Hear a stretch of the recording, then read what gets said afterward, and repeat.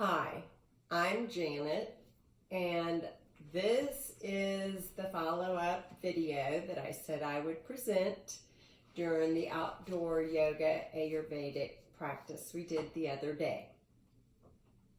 So I'm going to be reading this information because there's a lot of information to give, and I condensed it into a few pages. And I gathered all this through a 4-day workshop that I did several years ago, and it's just fascinating. But you can go off into rabbit holes all over the place getting the information because it's so vast. So I tried to wrap it up into as small of a nutshell as I could. So here's where we go. I will be reading a lot, and I will try to make this as simple as I can. My goal is merely to give you a brief overview of this sacred science, because as I said a moment ago, it can seem overwhelming and convoluted. I will give you a bit of history and understanding of the Sanskrit terms and some of the science. So if you need a piece of paper and pencil, I'd get one now, because there are fun things to jot down. At any rate, Ayurveda touches on all aspects of life, literally. It is a 5,000-year-old Indian holistic health practice or system. And the Sanskrit term Ayurveda means the sacred knowledge of life or the science of longevity. It is a holistic tradition and way of life that can help us celebrate our capacity for wellness. The magic, and I said this in our practice the other day, the magic is to get you back in touch with your personal true nature, your constitution, through nutrition, lifestyle, and exercise. For example, yoga. And I really believe that our nation is really needing stuff like this, as we can tell by our recent health situation. This science concerns itself with the relationship between the internal and the external conditions. The internal is the individual or the human being, and the external is the world. And you will see how they come together. As I said a moment ago, Ayurveda dates back to 5,000 years ago during the Vedic, VEDIC period of ancient India. Both Ayurveda and yoga are in the scholarly text of that period called the Vedas, VEDAS. They are very famous. Ayurveda was prosperous in the beginning period. Then it went through a 1,000-year struggle, mostly during and while under the British Empire. It was barely kept alive on the fringes of society until India gained its independence in 1947. At that point, Ayurveda resurfaced as a major system of healthcare, and it still endures today. Ayurveda encourages one to be an active participant in your own pilgrimage toward wellness. It involves learning about your relationship with the elements and the unique combinations called doshas. And we will talk about that more in a moment. The first step is to understand some key Ayurvedic principles, a means through which Ayurveda views the universe. Some foundational tools are: 1, interpreting the laws of nature; 2, identifying your states of health and imbalance; and 3, finally, charting a course toward better health. That brings us to the 5 elements, which we all know, but I will say them anyway, because they are important. Earth, water, fire, air, ether, and ether is just space. Every substance contains all 5 elements. However, in a given substance, 1 or 2 elements typically predominate over all the others. So then that brings you to the 20 qualities, or gunas, Gunas.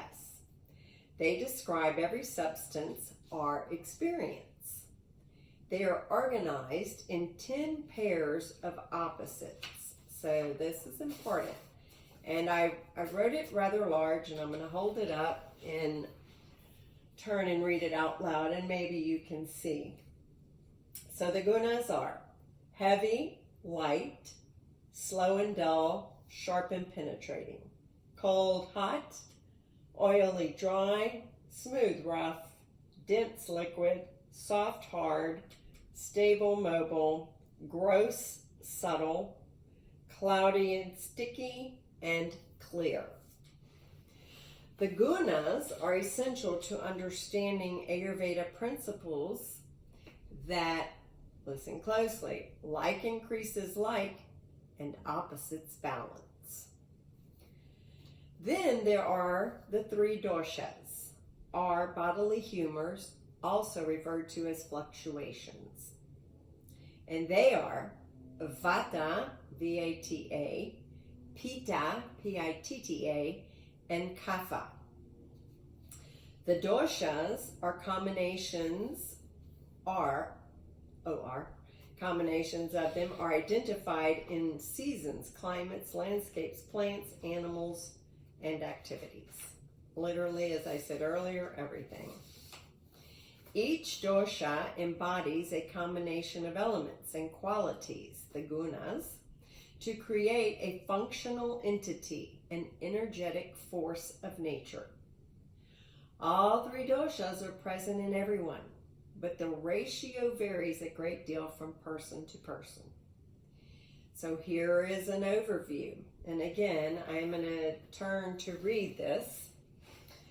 The pitta dosha is the energy of fire and water, digestion and transformation. In the body, it manifests as appetite, digestion, absorption, assimilation, intelligence, charisma, courage, and ambition. Pitta qualities, those gunas, the opposites, hot and sharp, light, liquid, spreading, and oily.